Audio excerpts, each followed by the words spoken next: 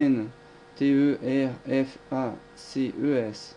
Donc tel comme vous voyez ici à l'écran, excusez-moi, tout à l'heure je pense avoir parlé en langue portugaise, c'est m'est venu comme ça, mais vous voyez bien ce qui c'est marqué, VI espace slash ETC slash NETWORK slash interface au singulier non, au pluriel à la fin. Et vous appuyez sur Entrée. Et là, vous allez voir donc votre interface réseau maintenant, comment elle est configurée. Donc là, nous voyons bien c'est la ETH0, c'est la première carte réseau, et elle est en DHCP. Bon, vous savez ce que c'est DHCP en principe, sinon vous ne serez pas ici avec moi maintenant, parce que pour faire ce genre d'installation, il faut savoir ce que c'est un IP fixe, un IP dynamique. Donc là maintenant, nous allons modifier ces fichiers. En fait, ces fichiers, il faudra qu'ils soient à peu près comme vous le voyez ici, dans ces petits fichiers texte que j'ai créé. En fait, il faudra que les faces de la première carte réseau elle soit statique. Donc on va les modifier. Actuellement là, il est en DHCP, donc il suffit d'appuyer sur la touche souple pour l'effacer. Et pour ajouter un caractère là-dessus, vous appuyez sur la touche I. Vous voyez apparaître insertion ici. Et maintenant, je vais appuyer sur barre d'espace pour faire un espace. Et là, je vais entrer l'adresse de ma carte réseau. Pas de ma carte réseau, excusez-moi. Je vais lui mettre en statique. L'adresse statique. Tel comme ça se doit. Statique. Donc, je vais à la ligne. Maintenant, on va donner la plage d'adresse nécessaire. Ça veut dire, on va dire quelle est l'adresse de la carte réseau. Dans mon cas, c'est celle-ci. Chez vous, ça peut être une autre adresse. On va dire quel est le masque.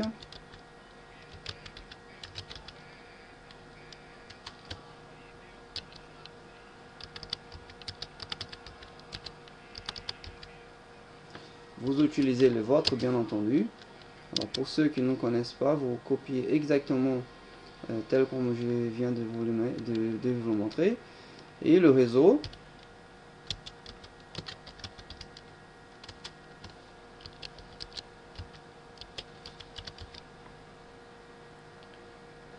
Vous pouvez mettre 1.1 comme vous pouvez mettre 0.0.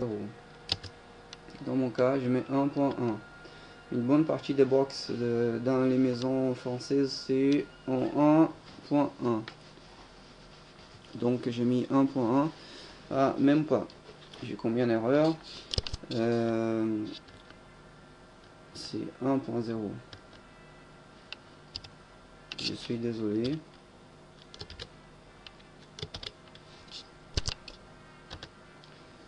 Voilà, je le corrige.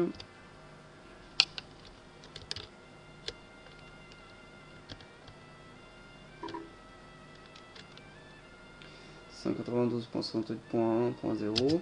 Je viens à la ligne et le broadcast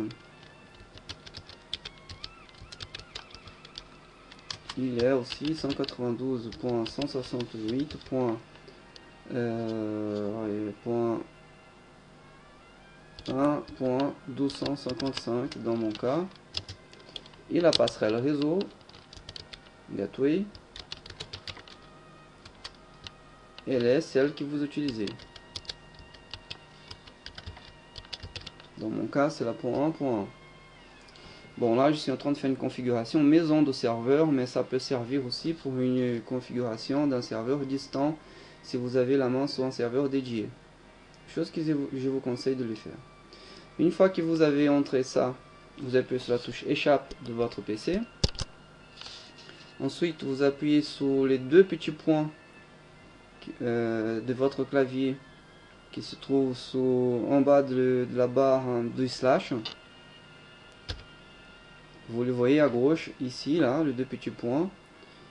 Et maintenant, vous faites W, Q, ça veut dire write kit, ça veut dire on écrit les fichiers et on quitte le programme. Et voilà. Maintenant, mon interface réseau, elle est configurée. Mais pour que Linux puisse la prendre en compte, il va falloir maintenant que je redémarre l'interface réseau. Donc je vais la redémarrer. Ici j'ai déjà mémorisé le commande dans un petit fichier texte. Pour être plus simple, pour faire un copier-coller. Donc vous le voyez bien, pour redémarrer l'interface réseau une fois que vous l'avez modifié sous Linux, il suffit de taper /etc /init.d/networking espace restart. Quand vous faites ça et que vous appuyez sur entrée, le réseau va redémarrer, la carte réseau va redémarrer, chose que je viens de faire. Alors il y a deux possibilités: soit vous êtes connecté sur le serveur par SSH et à ce moment là vous allez perdre votre connexion, puisque là vous êtes connecté à un adresse IP bien précis. Et donc, si vous changez l'adresse IP, forcément vous allez perdre la connexion. C'est ce qui vient d'arriver avec moi. Soit vous êtes sous Windows, avec une console PUTTY. Aussi, ça va être pareil, vous allez perdre la connexion de la machine. Alors vous êtes directement sur la machine, vous allez voir le résultat de la configuration de la carte réseau directement. Donc dans mon cas là, je vais maintenant m'y connecter par SSH à l'adresse que je viens d'additionner sur la carte réseau. Vous allez voir.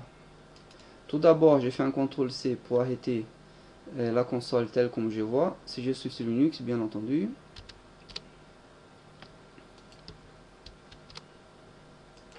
Dans mon cas bien précis, il y a eu comment dirais-je, j'étais obligé de redémarrer le terminal. Ce que vous voyez ici, mon terminal. Peut-être que vous aurez été obligé aussi de relancer PUTTY pour pouvoir se reconnecter sur la machine. Mais une fois que vous avez la main d'une ligne de commande, soit MS-DOS sous Windows, soit sur Linux, il suffit de pinguer notre serveur pour voir s'il répond bien à l'adresse qu'on avait attribuée. Dans mon cas bien précis, c'était .1.254 à la fin. Et je vois bien que le serveur, il répond. CTRL-C pour l'arrêter. Et maintenant, on va se connecter sur le serveur. SSH, le nom de l'utilisateur, arrobase, l'adresse IP de la machine pour pouvoir se connecter.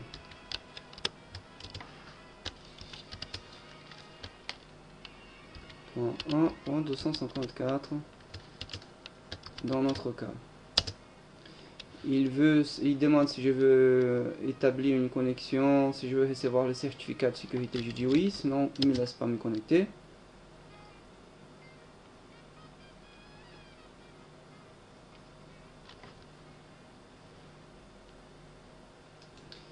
Il va me demander le mot de passe que j'avais créé, le mot de passe de l'utilisateur, bien entendu, pas de l'administrateur, de l'utilisateur que nous avons créé. Et là, maintenant, je suis logué sur le serveur. J'ai fait un clear pour libérer cet écran-là, pour voir plus clair. Je fais un ls pour voir si je suis bien sur le serveur. Oui, je suis bien. Et maintenant, j'ai fait SU pour pouvoir me loguer en tant qu'administrateur du serveur. Ça veut dire en route, si vous voulez.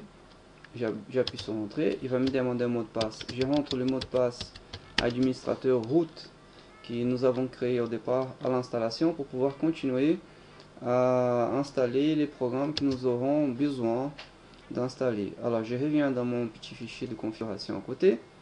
Donc on a déjà redémarré la carte réseau, nous avons la main donc de la machine. Maintenant nous allons configurer le fichier host de la machine afin de donner le nom qu'il faudra à cette machine là, le nom, le vrai nom, le nom réseau, le nom d'accès réseau. Voilà. Alors dans notre cas c'est celle-ci que j'ai déjà mis d'ailleurs, j'ai déjà mis avant. Donc pour la configuration, elle est très simple. Il faudra que dans la première ligne, vous voyez ce que vous voyez ici. On fait un copier, on va additionner là-bas à la première ligne.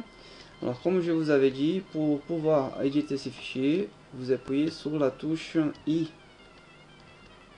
À la rigueur, on peut effacer tout ce qui est dans la première ligne. J'appuie sur la lettre I, Tab pour avancer, et ensuite un clic droit, coller, pour pouvoir coller la totalité du texte que je voulais au départ. Voilà. Et la deuxième ligne, en principe, ça doit être tout simplement rien d'autre que le nom de domaine suivi du nom de serveur. Alors j'efface ce que j'ai mis ici. Donc je laisse simplement le nom de domaine accessible depuis l'internet. Si je mets un DNS dans mon serveur, et plus loin le nom du serveur.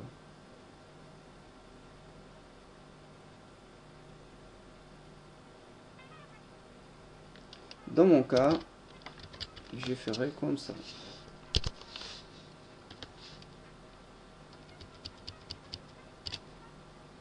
Voilà. Une fois ces modifications faites, il faudra quand même que je donne son adresse locale. Son adresse locale, toujours en appuyant sur I pour entrer des numéros. Son adresse locale, c'est 192.168.1.254. Échappe pour sortir de la partie insertion. Et maintenant, je supprime ce qui n'est pas bon. Là, vous devrez maintenant voir ma configuration. La configuration était rien d'autre que tout ça. Là, vous le voyez bien. Bon, la configuration maintenant, elle est bonne. J'appuie sur échappe, 2 petits points. Vous le voyez ici en bas, il est apparu. Maintenant, je tape WQ pour enregistrer et quitter. C'est fait. Mon host est changé. Je revois mon fichier host pour voir s'il était bien changé. Je le vois qu'il est bien changé. Donc je quitte l'éditeur. Chose que je viens de faire. Bon, maintenant, ce que nous devons faire, nous allons donner le nom. On va faire un écho de serveur pour donner le nom comme on vient d'additionner dans notre fichier host. Il faut que ce soit le même nom, il ne faut pas que ce soit un autre nom, que ce soit pareil pour qu'il n'y ait pas d'embrouille. Donc on fait un écho, le nom de serveur suivi le nom de domaine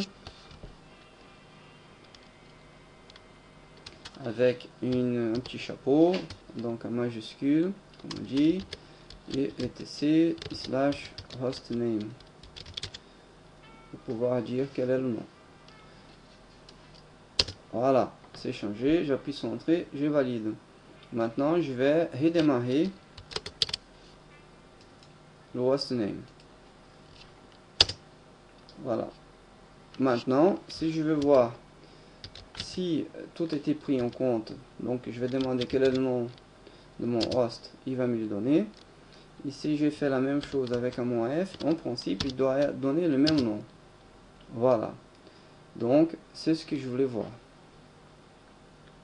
Maintenant, nous allons changer l'adresse source des données dans des logiciels qu'on télécharge et qu'on met à jour de Debian. On va ajouter une petite liste, une petite adresse qui actuellement n'est pas dessus. On va faire v /etc /apt /source list. On va faire un v pour pouvoir l'éditer. On les voit maintenant. Et comme vous le voyez ici, j'ai déjà ajouté quelque chose et je vais ajouter un autre. J'appuie sur I pour insérer un un clic droit, en coller. Et je vérifie bien en légère